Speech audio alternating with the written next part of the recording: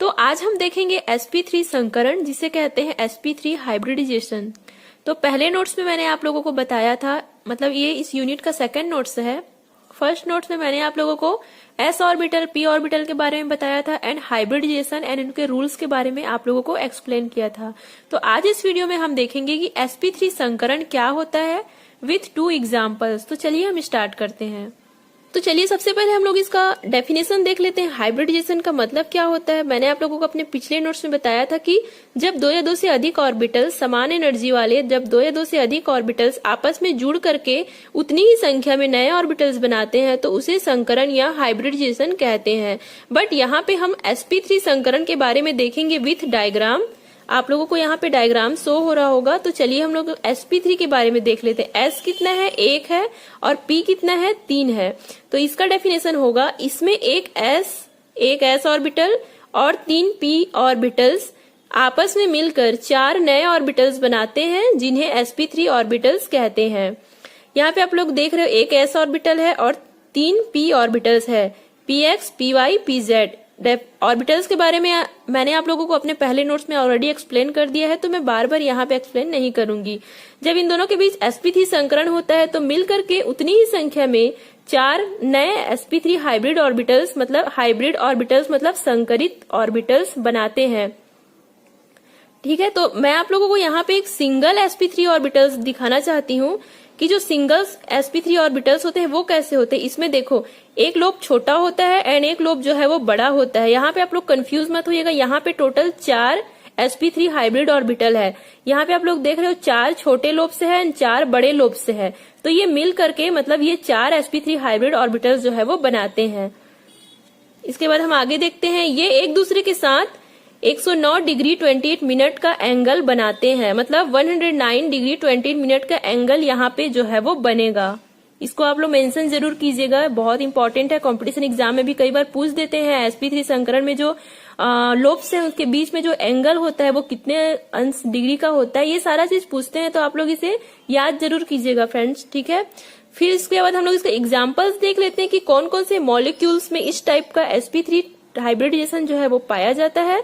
यहाँ पे आप लोग देख रहे हो CH4, CCl4, NH3, H2O, बहुत सारे ऐसे मॉलिक्यूल्स हैं जिसमें इस प्रकार का हाइब्रिडाइजेशन जो है वो पाया जाता है। बहुत ही आसान है, मैं फिर से बताती हूँ। एक s ऑर्बिटल और 3 p ऑर्बिटल आपस में मिलकर उतनी ही संख्या में 4 नए sp3 हाइब्रिड ऑर्बिटल बनाते हैं। यह जो प्रोसेस होता है उसे sp3 हाइब्रिडाइजेशन कहते हैं।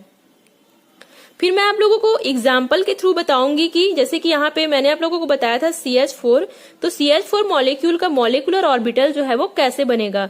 एग्जाम में ये क्वेश्चन जो है वो आता है, तो आप लोग विथ एग्जाम्पल इसे बना करके प्रैक्टिस जरूर कीजिएगा। तो चलिए हम एग्जाम्पल के थ्रू इसे समझते हैं, स्टार्ट करते हैं। यहाँ पे हम लोग देखेंगे सबसे पहले कार्बन का ग्राउंड स्टेट में इलेक्ट्रॉनिक विन्यास, मतलब इलेक्ट्रॉनिक कॉन्फ़िगरेशन।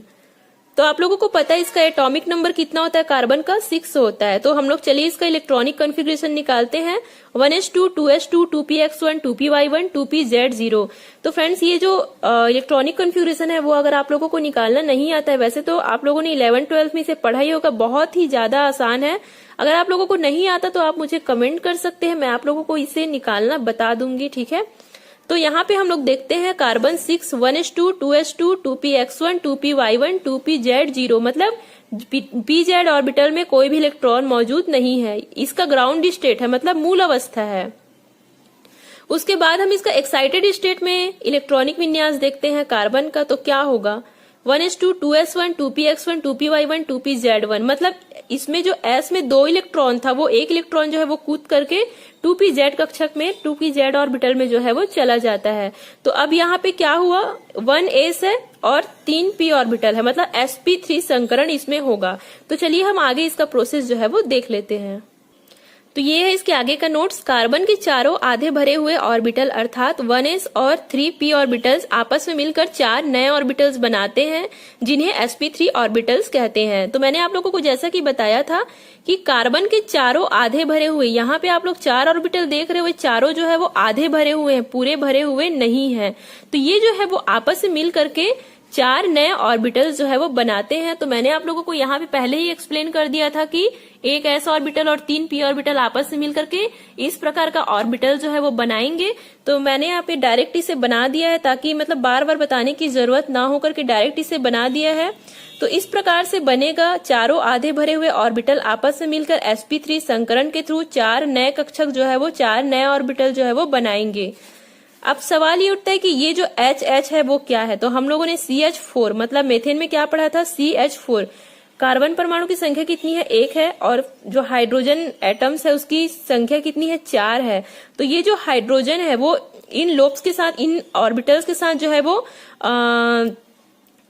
इन ऑर्बिटल के साथ अतिव्यापन कर लेंगे, मतलब ओवरलैपिंग करके सिग्मा बॉन्ड जो है वो बना लेंगे। मतलब 1s ऑर्बिटल, ये जो sp3 ऑर्बिटल है उसके साथ जो है वो ओवरलैपिंग करके सिग्मा बॉन्ड बना लेंगे। यहाँ पे आप लोग देख रहे हो 4 हाइड्रोजन एटम्स है जो कि ओवरलैपिंग करने के बाद सिग्मा बॉन्ड जो है वो यहाँ पे बनाए हुए हैं। तो देखिए यहाँ पे क्या कहा जा रहा है, इस प्रकार मेथेन में C एटम के 4 orbital 2s1, 2px1, 2py1, 2pz1 hydrogen atom के 4s ऑर्बिटल के साथ 4 सिग्मा बंध बना लेते हैं। मतलब हाइड्रोजन एटम का जो है वो ये 1s ऑर्बिटल है जिसके साथ मिल करके ये सिग्मा बॉन्ड जो है वो बना रहे हैं। तो इस प्रकार से ये जो मेथेन है उसका जो मॉलिक्यूलर ऑर्बिटल स्ट्रक्चर है वो इसी प्रकार से बनेगा। बहुत ही आसान है। पहले तो ये इस प्रकार का स्ट्रक्चर बनेगा, मतलब 4sp3 हाइब्रिड ऑर्बिटल, उसके साथ चारों हाइड्रोजन जो एटम्स है वो आपस में ओवरलैपिंग करके जो है वो सिग्मा बॉन्ड जो है वो बना लेंगे। फिर आगे हम देखते हैं, ये जो आप लोगों को स्ट्रक्चर ये वही है, बस ये एक प्रकार का आप डायग्राम ही से समझ सकते हैं। यहाँ पे जो एंगल बना है उसके बारे में भी मैंने आप लोगों को बता दिया था। ये 4 हाइड्रोजन एटम्स है, ठीक है। फिर क्या कहा जा रहा है, इलेक्ट्रॉन प्रतिकर्षण के कारण ये चारों हाइब्रिड ऑर्बिटल्स स्पेस में सममित रूप से वितरित रहते हैं, इसलिए एक दूसरे के साथ 109 डिग्री 28 मिनट का एंगल बनाते हैं।